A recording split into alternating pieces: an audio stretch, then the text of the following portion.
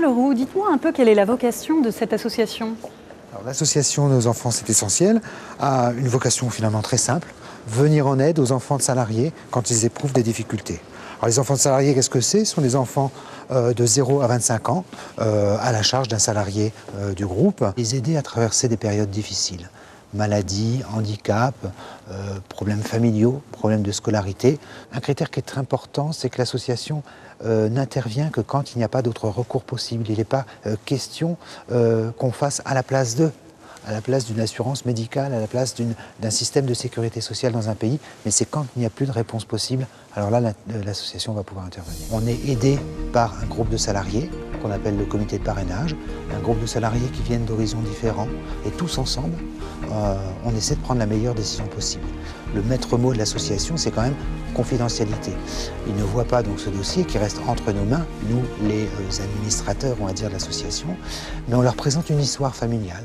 En France, je crois que la première aide qu'on peut apporter aux familles, c'est l'écoute.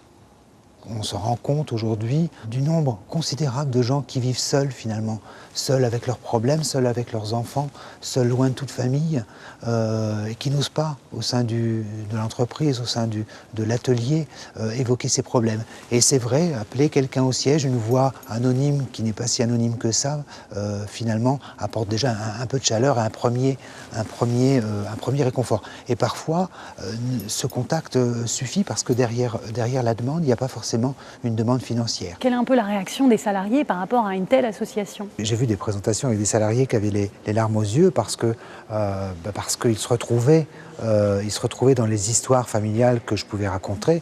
Enfin, des histoires très vagues, hein, puisqu'on est toujours dans la confidentialité. Mais c'est surtout, la réaction, je crois que c'est une fierté d'appartenance. Des salariés, après une présentation, qui me disent « Ah, je suis vraiment heureux et fier de travailler pour un groupe qui se préoccupe à ce point de ses salariés et à ce point des enfants de salariés. » Fondamentalement, le salarié français ne se rend pas compte de la chance qu'on a en France d'avoir notre système social, je veux dire, qui prend en charge 100% de vos soins de santé dès lors que vous avez une pathologie grave. Je pense au cancer.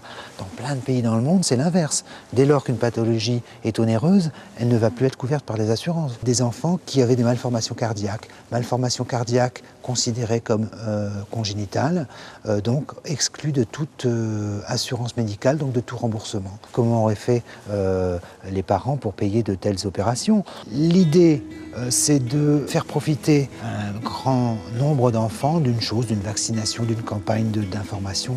Ça a commencé par des campagnes de vaccination contre l'hépatite B dans des filiales comme le Maroc ou le Vietnam. Et après, des campagnes de vaccination, il y en a eu dans beaucoup de pays. Au Maroc, c'était quelque chose comme 1500 enfants qui ont participé à ces actions collectives. On a mené des campagnes de soins dentaires, parce que dans beaucoup de pays, les soins dentaires sont complètement exclus des assurances médicales. Des actions de contrôle de l'acuité visuelle et achat des lunettes. À chaque fois, c'est au minimum une centaine d'enfants qui participent.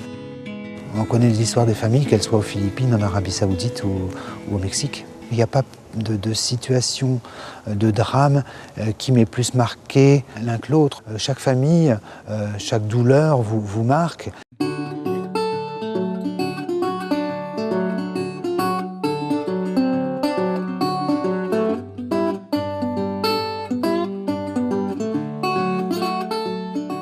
Cette association, en fait, c'est presque une vocation naturelle, je dirais, pour Sanofi Aventis.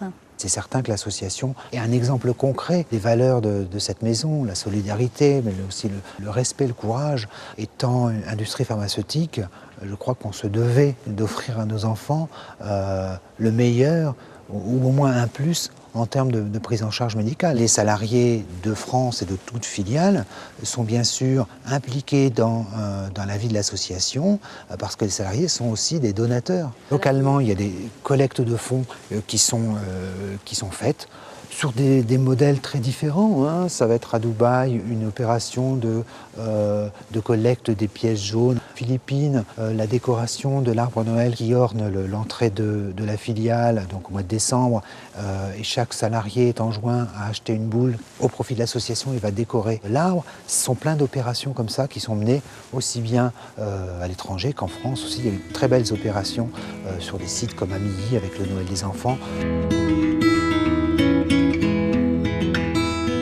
S'il y avait un message externe à faire passer, je veux dire pour le grand public, quel serait-il en fait? Regardez autour de vous et si au moins chaque grosse entreprise et même moyenne entreprise faisait la même chose que fait Sanofi Aventis pour ses salariés et pour les enfants de salariés, le monde aujourd'hui serait peut-être un peu plus joyeux. Qu'est-ce que vous aimeriez que les salariés retiennent? Parce qu'au bout il y a un sourire, c'est le slogan de l'association, c'est ce qu'on veut redonner en tout cas aux enfants ou aux familles qui l'ont perdu.